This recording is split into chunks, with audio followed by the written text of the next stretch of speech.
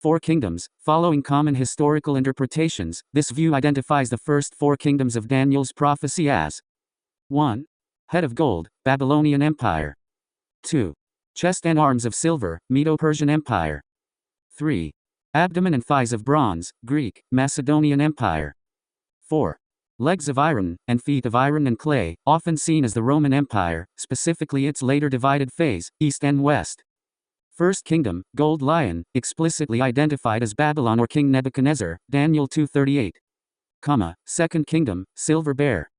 Generally understood as Medo-Persia, confirmed by context in Daniel 5:28 and 8:20. Third kingdom, bronze leopard. Generally understood as Greece, confirmed by Daniel 8:21, which explicitly names Greece. Fourth kingdom, iron terrible beast. Never named in the text. It is described as different from all the others, devouring the whole earth, and crushing, Daniel 7:23. In an Islamic interpretation, the fifth kingdom, the stone cut without hands, the one that shatters the statue, is interpreted as the divinely initiated Islamic empire, caliphates, which arose after the Roman Empire had divided. Ottoman role. The Ottoman capture of Constantinople in 1453 is seen as the precise fulfillment of the stone striking the statue's feet, delivering the final political death blow to the last remnant of the Roman, Byzantine Empire's sovereignty. The Ottomans never conquered the original Western Roman Empire, which fell centuries earlier. They adopted its imperial legacy and claimed to be its successors. The Roman Empire, as a unified political state with a single sovereign authority, no longer exists. However, its legacy is vast and continues to indirectly influence the modern world in numerous aspects of law, language, culture, religion, and politics. Historians generally mark the end of the Western Roman Empire in 476 AD and the Eastern Roman, Byzantine Empire in 1453 AD with the Ottoman conquest of Constantinople. Various entities throughout history, such as the Holy Roman Empire, the Ottoman Empire, and even Fascist Italy, have claimed to be its successor, but none were a direct, continuous political lineage. The four kingdoms and their link to the winter solstice. It is the shortest day of the year, marking the sun's rebirth as days lengthen, and Christians celebrate Christmas on December 25, aligning Jesus, the light of the world, with this returning light and repurposing Roman festivals like Sol Invictus, birth of the unconquered sun, to integrate faith with cultural practices. Though the Bible doesn't state Jesus' birth date and historians believe it wasn't winter. Context of Daniel's kingdoms and solstice. Babylon, Nebuchadnezzar. Babylonians celebrated festivals like Zai, or Sada, around the winter solstice, marking the rebirth of the sun, a key theme. Medo-Persia, Cyrus Darius. Persian culture also had Shabi Yalda, winter solstice, a festival of light and rebirth, connecting to sun worship. Greece, Alexander. Hellenistic kingdoms. While Greeks celebrated solstices, e.g., Halia to Poseidon, these weren't the focus of Daniel, which emphasized political power. These ancient cultures recognized the winter solstice as significant for agricultural and cosmic cycles, celebrating with feasts and rituals, like honoring the sun god or new light. While not explicitly called winter solstice in Daniel, their cultural practices around this time, like Babylonian Persian feasts, align with solstice themes of sun rebirth, themes the later Roman Empire, the Fourth Kingdom, also incorporated into its festivals. Saturnalia. Sol Invictus. Sol Invictus, unconquered sun. The Roman Emperor Aurelian established December 25 as the official birthday for this major Roman sun god in 274 CE, linking it to the winter solstice. The winter solstice is the shortest day and longest night of the year, happening around December 21 in the northern hemisphere, or June 21 in the southern, when Earth's pole tilts furthest from the sun, marking the start of astronomical winter and the turning point where daylight hours begin to lengthen again, celebrated globally with festivals symbolizing rebirth and light. Saturnalia is the ancient Roman winter festival for the god of agriculture, heavily featured greenery like holly and ivy to symbolize life's return during the solstice, with decorations including wreaths and garlands on homes and trees. Decorated outdoors, these traditions hold a strong link to things like Christmas trees among others. This tradition of using evergreens, representing rebirth and eternal life, directly influenced later Christmas customs, with pagan symbols like holly and mistletoe merging into Christian winter celebrations as Christianity spread, laying the groundwork for modern festive greenery. Enduring Roman legacies. The Roman Empire's influence is evident in several key areas. Law and governance. Modern legal concepts, such as habeas corpus, have roots in Roman law. Many modern political systems, including the structure of the U.S. Senate, are modeled on Roman governmental principles. Language and alphabet. Latin was the administrative language of the empire and is the ancestor of all Romance languages, including Italian, French, Spanish, Portuguese, and Romanian. The Latin alphabet is used by a vast majority of the world today. Religion. The Christianization of the empire led to the central role of Rome in the Catholic Church.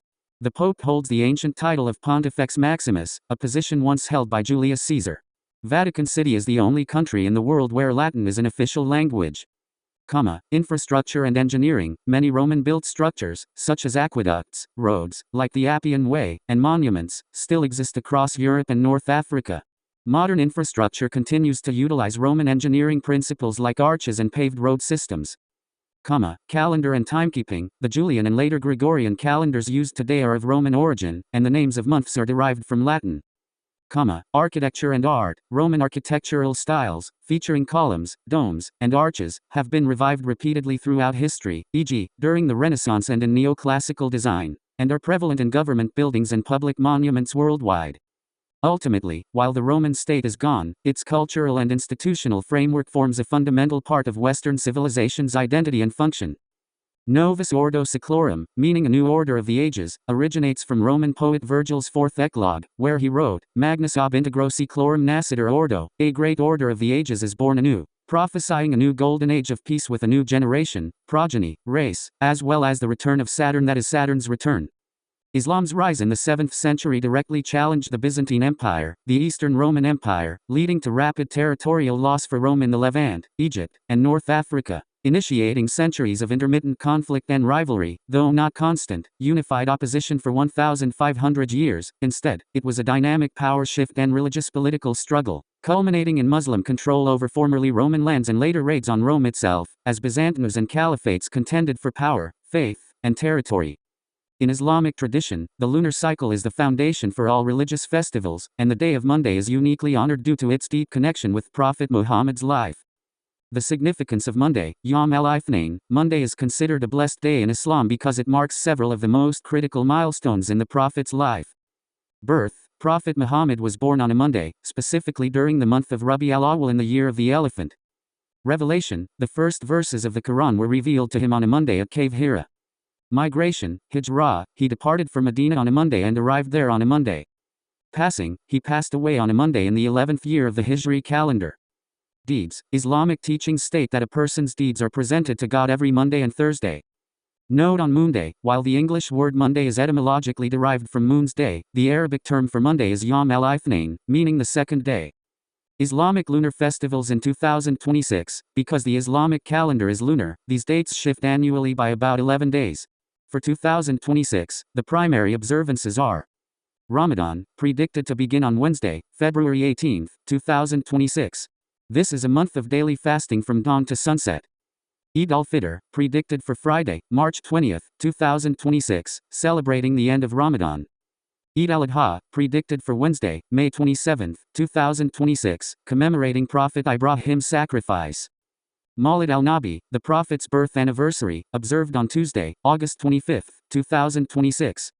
Weekly Sunnah practice. Because of the significance of Monday, it is a Sunnah, recommended practice, to fast every Monday as an act of gratitude for the Prophet's life and mission. The moon is central to Islamic identity, both functionally and symbolically. Lunar calendar. The Islamic, Hijri calendar is strictly lunar. Each month begins only when the new crescent moon, Hilal, is sighted. The crescent symbol, star and crescent, while not a religious requirement or found in the Quran, the crescent moon was adopted as a cultural symbol of Islam, largely popularized during the Ottoman Empire. It now represents the cyclical nature of time and the sign of times for fasts and feasts. This divide among the lunar and solar cults, East and West, fulfills Daniel 2:43, just as you saw the iron is mixed with baked clay, so the people will be a mixture and will not remain united, any more than iron mixes with clay. The argument for Christ. In the biblical book of Daniel, the prophecy of the stone cut out without hands signifies that the final stage of the fourth kingdom will be decisively destroyed not by human effort, but by divine intervention at the second coming of Christ. Sudden catastrophe. Unlike the gradual rise and fall of previous empires, the stone strikes the statue's feet, representing the final, divided stage of world government, causing a total and immediate collapse of all human systems. Total replacement. Once struck, human governments become like chaff on a threshing floor and are swept away without a trace, to be replaced by an eternal kingdom that fills the whole earth.